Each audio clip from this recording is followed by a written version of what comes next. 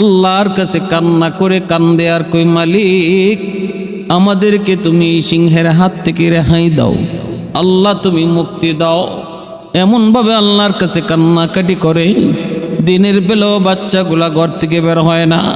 পশু পাখি গরু ছাগল যদি বের হয় তাহলে আর ফিরে আয় না। কেমন করে এই গ্রামে বসবাস করা সম্ভব? কেমন করে সম্ভব? আল্লাহর কাছে কান্দে, কান্না করে করে আল্লাহর দরবারে দোয়া কবুল হয়ে গেল। কারণ মানুষ আল্লাহর কাছে যা চায় আল্লাহ কিন্তু তারে তাই দেয়। হয়তো সেটা নগদ দেয়, নয়তো সেটা কিছুদিন পরে দেয়, আর নয়তো আল্লাহ সেটা হাসরের ময়দানে আমল নামার ভিতরে তার এই ডাক দেখায়। আল্লাহ পাক মুমিনের কোনো ডাককেই বৃথা দেয় না, কোনো না কোনো একটাই মেশে সেটা পায়। ভাইয়েরা বন্ধুরা,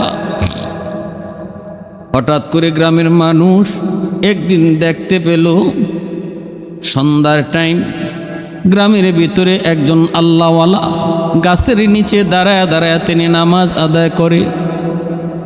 গ্রামের মানুষ মুসাফির মনে করে তার কাছে যায় বীর করল।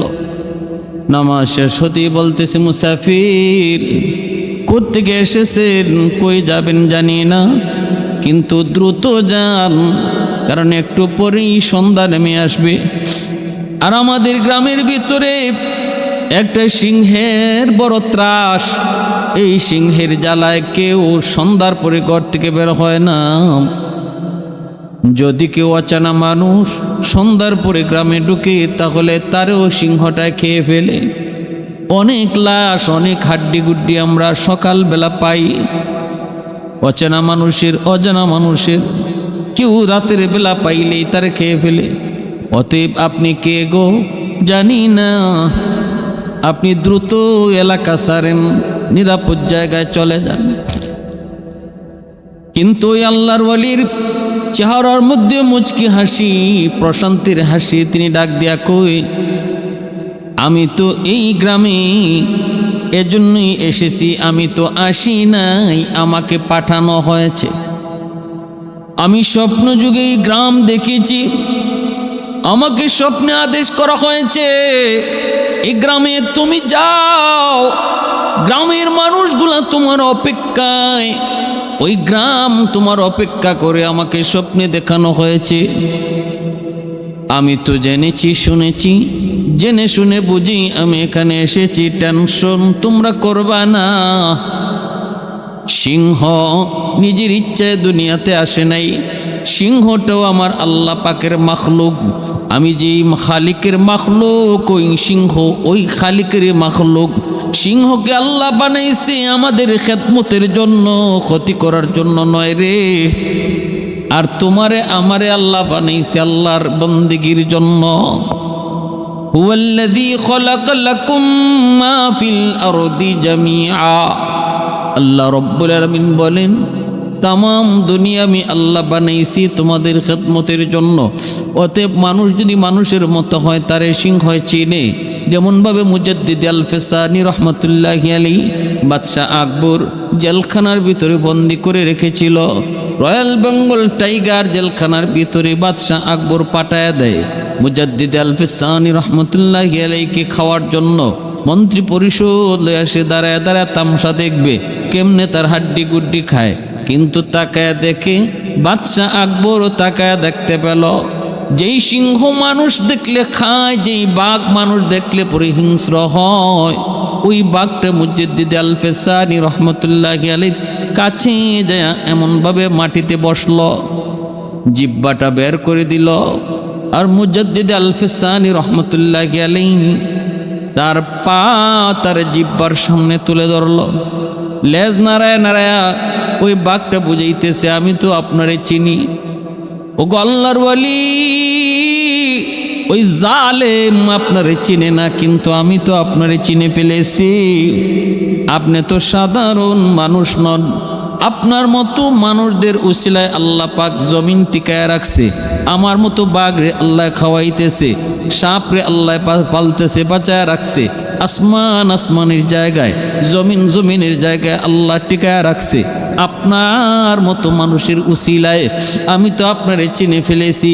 আল্লাহর ওলি মুজাদ্দিদ আল ফেসানি রহমতুল্লাহ আলাইহি যখন পাটা তুলে ধরলেন, তখন এই বাঘ জিব্বা বের করে তার দুলাগুলা চাটতেছে, দুলাগুলি চাইটা চাইটা সে নিতেছে। মুজাদ্দিদ আল ফেসানি রহমতুল্লাহ আলাইহি এই দৃশ্য দেখার পর বাদশাহ আকবর বুঝে ফেলল, হায়রে আমি কার সাথে বেয়াদবি করি, আমি চিনলাম না কিন্তু বাঘ তারে চিনল। এজন্যই মানুষের মতো মানুষ হও, মানুষ শুধু চিনবে না, হায়ওয়ানগুলাও চিনবে। ওই আল্লাহর ওয়ালি এলাকার মানুষকে বলেন, টেনশন করো না, টেনশনের প্রয়োজন নাই, আমি আসি নাই, আমাকে পাঠানো হয়েছে। মানুষজন চিন্তায় পড়ে গেল। এর ভিতরে মানুষেরা দেখতেছে আল্লাহর ওলি উঠাইছেন হাত দুইটা মানুষদেরকে নিয়া, উঠায় বলতেছেন, ও মালিক তুমি তো আমাকে সব পাঠাইছো, আল্লাহ আমি আমার জায়গায় পৌঁছেছি। হিংস্র জন্তু ওই সিংহটাকে তুমি তোমার অনুগত কইরে দাও, আমার অনুগত বানায় দাও। আল্লাহ তুমি শান্ত করে দাও, এলাকার মানুষের মধ্যে যেন শান্তি বিরাজ করে। হিংস্রতাকে নম্রতায় তুমি পরিবর্তন করে দাও। আল্লাহর কাছে যখন চাইলেন, ওলিদের চাওয়া চাইতে দেরি, কবুল হইতে দেরি নেই। তিনি তো ছিলেন মুস্তাজাবুদ দাওয়া, হাত উঠাইতে দেরি, কবুল হতে দেরি নেই। মুহূর্তের ভিতরে দেখা যায় জঙ্গল থেকে ওই সিংহটা সব কিছু ভেঙ্গে চুরে আওয়াজ করে করে আল্লাহর ওলির সামনে এসে হাজির। পা দুইটা পা চারোটা এরকম মাটিতে বিছায়া শান্ত হয়ে বসে পড়ল। মানুষেরা সবাই অবাক। তিনি মানুষদেরকে বললেন, আপনাদের কেউ ডরায়া যেতে হবে না, ভাগতে হবে না, ভয় পেতে হবে না, সবাই বসা থাকেন, দেখেন সিংহ কি করে। এলাকার মানুষেরা দাঁড়ায় আছে, বসে আছে, চুপচাপ সবাই দেখতেছে। যেই সিংহ মানুষ দেখলে পরে হিংস্র হয়, আজকে সে আল্লাহর ওলির সামনে পা গলি ছড়ায় শান্ত হয়ে বসা। এবার তিনি হাত উঠে আল্লাহর কাছে বলেন, মালিক তুমি তো সব পারো, তোমার তো সব ক্ষমতার মালিক, সব ক্ষমতার উৎস তো তোমার হাতে। আল্লাহ ও মালিক, সিংহ এসেছে শান্ত করার মালিক তুমি।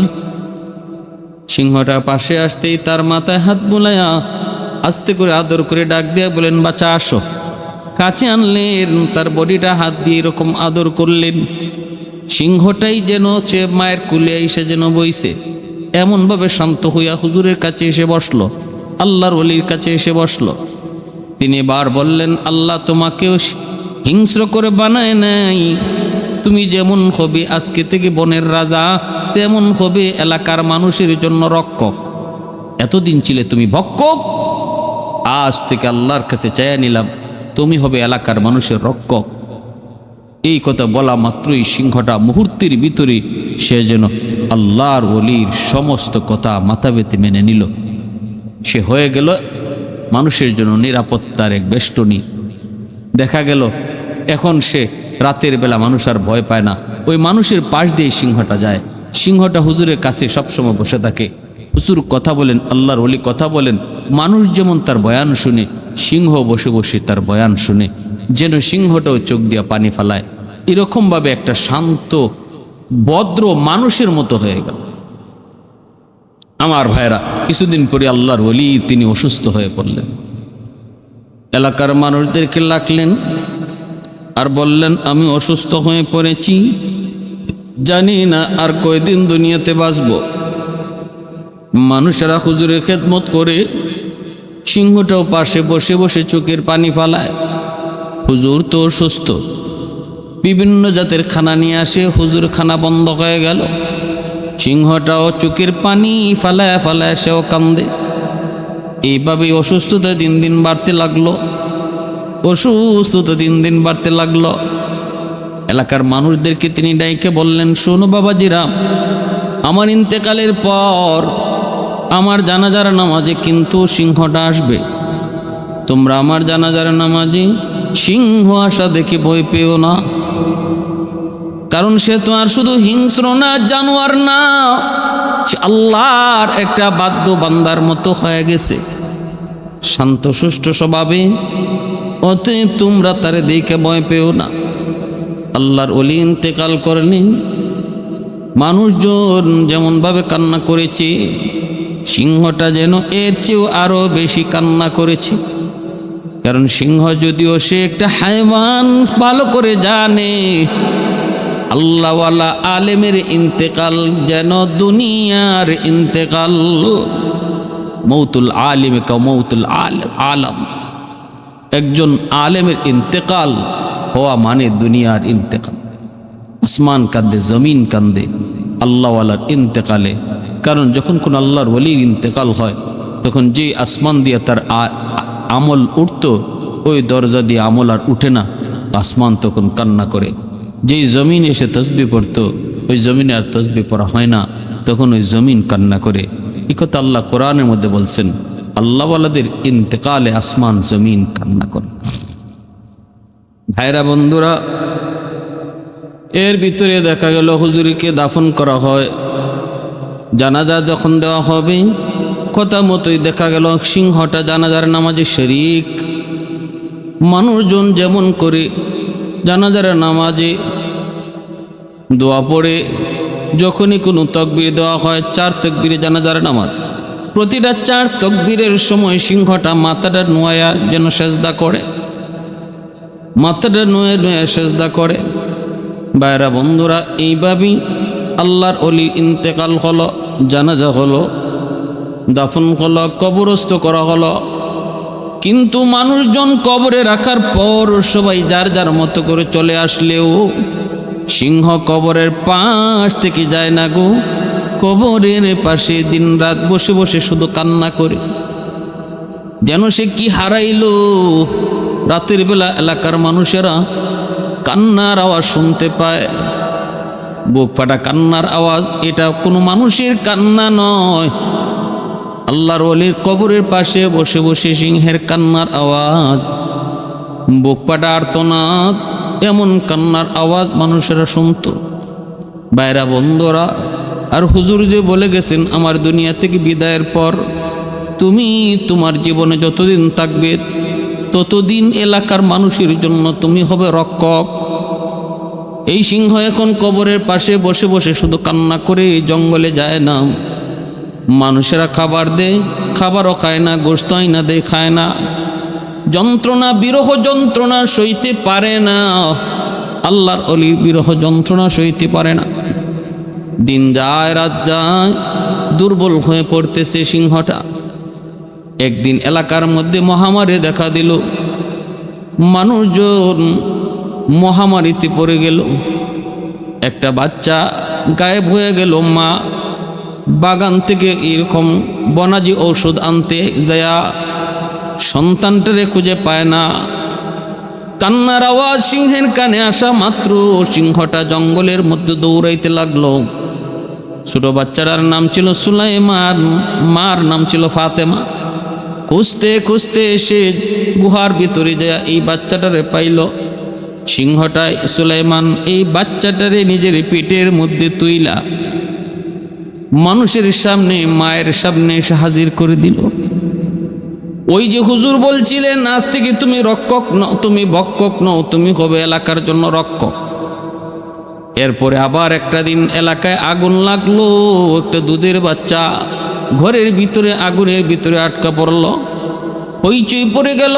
ওই সিংহটাই তখন আগুনে লাফ দিয়া বাচ্চাটারে ভিতর থেকে উদ্ধার করলো।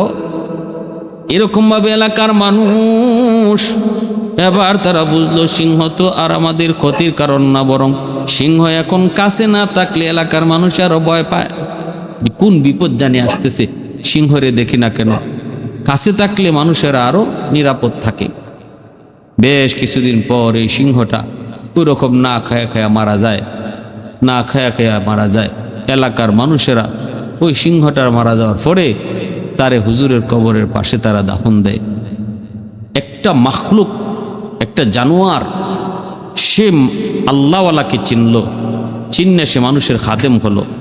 কিন্তু মানুষের ভিতরে এমন কিছু মানুষ আছে জালেম, যে মানুষ মানুষের দুশ্মন হয়, হায়ওয়ান মানুষের বন্ধু হয়, আর কিছু মানুষরূপী হায়ওয়ান মানুষের দুশ্মন হয়। অজগর সাপ, ঘটনা কিচ্ছা কইলে বুঝবেন ঘটনাটা কিভাবে, কথাটা কেন বললাম। অজগর সাপ ফালে একটা যুবক, এই সাপটারে ফালে, বিশাল বড় অজগর সাপ, ভালো বন্ধুত্ব সাপের সাথে। একদিন এই সাপটা খানা বন্ধ করে দিছে। তখন ওই যুবক কোনোভাবেই সাপটারে খাওয়াইতে পারে না, তার প্রিয় খাবার সব এনে হাজির করে, কিন্তু অজগরে খায় না। শেষ পর্যন্ত সে একজন পশু ডাক্তারের কাছে গেল, যাই বলতেছে, ডাক্তার সাহেব আমার সাপটায় খায় না। কি কও তুমি? বলে হ, আমি একটা সাপ পালি। কি জাত সাপ? অজগর সাপ। কও কি, কতদিন যাবৎ খায় না? কয় 1 সপ্তাহ যাবৎ খায় না। তার প্রিয় সব খাবার আনলাম, কিন্তু খানা খায় না। আমি তো বড় টেনশনে আছি। ডাক্তার সাহেব বলে, অজগরটা কতদিন যাবৎ খায় না? কয় 1 সপ্তাহ। কয় ইদানিং কোনো বিশেষ লক্ষণ তুমি টের পাইছনি? কয় ইদানিং দেখতেছি সাপটা 1 সপ্তাহ যাবৎ আমারে জড়ায় ঘুমায়, রাতের বেলা অজগর সাপটা আমাকে জড়ায় দূরে ঘুমায়। ডাক্তার সাহেব কয়, কও কি, অজগর তোমারে রাতের বেলা জড়ায় ঘুমায়? কয় কহ। কতদিন যাবৎ? কয় 1 সপ্তাহ যাবৎ। খানা নাই কতদিন? কয় 1 সপ্তাহ। এবার ডাক্তার সাহেব অঙ্ক মিলে বলতেছে, যুবক, আমার থিওরিতে কয় এই অজগর তোমাকে গিল্লা খাওয়ার প্ল্যান করতেছে। কোন কি হুজুর, আমার গিল্লা খাওয়ার প্ল্যান? বলে হ। কেমনে বুঝলেন? কোনো অজগর বড় কোনো খাবার খাওয়ার আগে মিনিমাম 12 দিন আগ থেকে সব খাওয়ান বন্ধ করে, বড় কোনো খাবার, এবং ওই খাবারটা সে হজম করতে পারবে কিনা এর আইডিয়া নেই, মাপ নেই। রাতের বেলা যে তোমার জড়ায় দৈরা ঘুমায়, এটা জড়ায় দৈরা ঘুমায় না, তোমার বডির মাপ নেই, তোমার তার ফ্যাটের ভিতরে কিভাবে গিলবো, জায়গা হবে কিনা, এই মাপটা নিতেছে অজগরে। আর খানাও বন্ধ করছে। আর এটা অজগরের নিয়ম, ওই অজগর অসুস্থ হয় না। অজগর কোনো বড় খাবার, বড় আধার খাবার আগে খানা বন্ধ করে, এবং এটার পাশে গিয়া তার আইডিয়া নেয়, মাপ নেয়। তোমাকে জড়ায় দেওয়ার অর্থ তোমার আইডিয়া নিতেছে। কতদিন ধরে খায় না? প্রায় 1 সপ্তাহ। তাহলে মনে হয় আর বেশি দিন না, 4-5 দিনের ভিতরেই এই অজগর তোমার গিল্লা খাবে। কেন এই কিচ্ছাটা বললাম? তাহলে বোঝা গেল জড়ায়া ধরলেই প্রকৃত বন্ধু হয় না। বহু জড়ায়া ধরা বন্ধু গিল্লা খাওয়ার স্বপ্ন করে।